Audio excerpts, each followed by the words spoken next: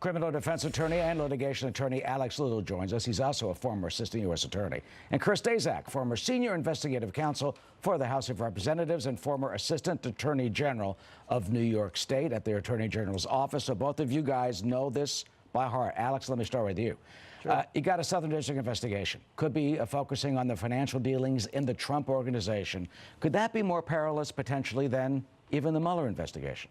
It could, absolutely. One thing about financial crimes, which I think people don't recognize enough, is they're often going to be black and white. There's going to be a money trail. There's going to be documentation to back up some of these accusations. And so when Michael Cohen goes to Congress and he brings a check signed by the Trump organization, well, that's some credit. It shows that some of what he's saying is true. In a financial investigation, you have that 10-fold, 12-fold, where you're going to see a lot of documents, and those investigators are going to walk through them and make a really potentially damning case if they have one. Chris, why were these not looked into before, if indeed there was something wrong?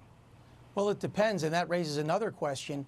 If Michael Cohen, what he's saying is true, it's important that whether it's the Southern District of New York or congressional investigators, that they verify it, because obviously he's a convicted felon. So it's unclear as to why this wasn't known before. Maybe Michael Cohen hasn't disclosed it before, and now it's going to be investigated. Meanwhile, the Democrats, say they want to start to now subpoena basically 60 people, among them Trump associates, people who work at the Trump organization, and perhaps even Ivanka and Jared and others. Here's what the chairman of the House Judiciary Committee, Democrat Jerry Nadler of the west side of Manhattan, said about all this. Crimes and impeachable offenses are two different things. There can be crimes that are not impeachable offenses and impeachable offenses that are not crimes. They're just two different tests. But we have to lay out for the American people, and we can't depend on the Mueller investigation for this. So, Chris, Alex, are we any place where, let's say, they do find potential crimes? How does that affect the presidency? Well, I mean, we are in a completely different era. I think, 10 years ago, even 20 years ago, things would have been very different. The testimony that Michael Cohen gave in Congress, I think, would have sunk any other presidency. We're in a very different time.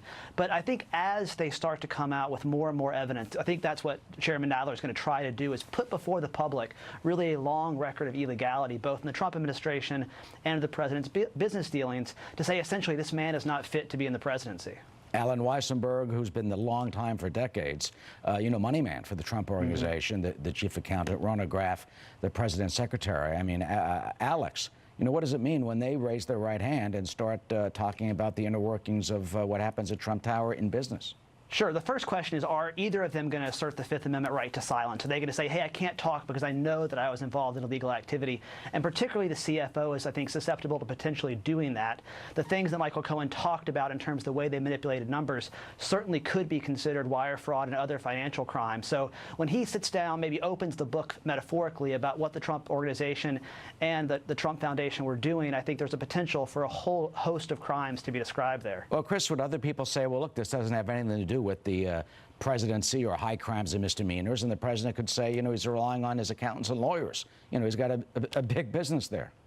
Everybody blames the accountants and the lawyers, Eric. You know that. So I'm sure he will, but I agree with what Alex said.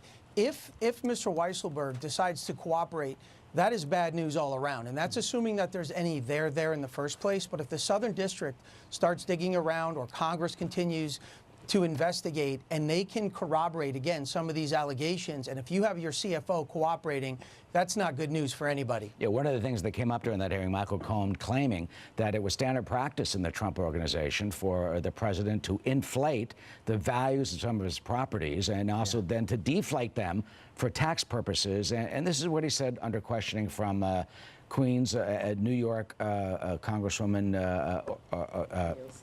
thank you, AOC Ocasio-Cortez.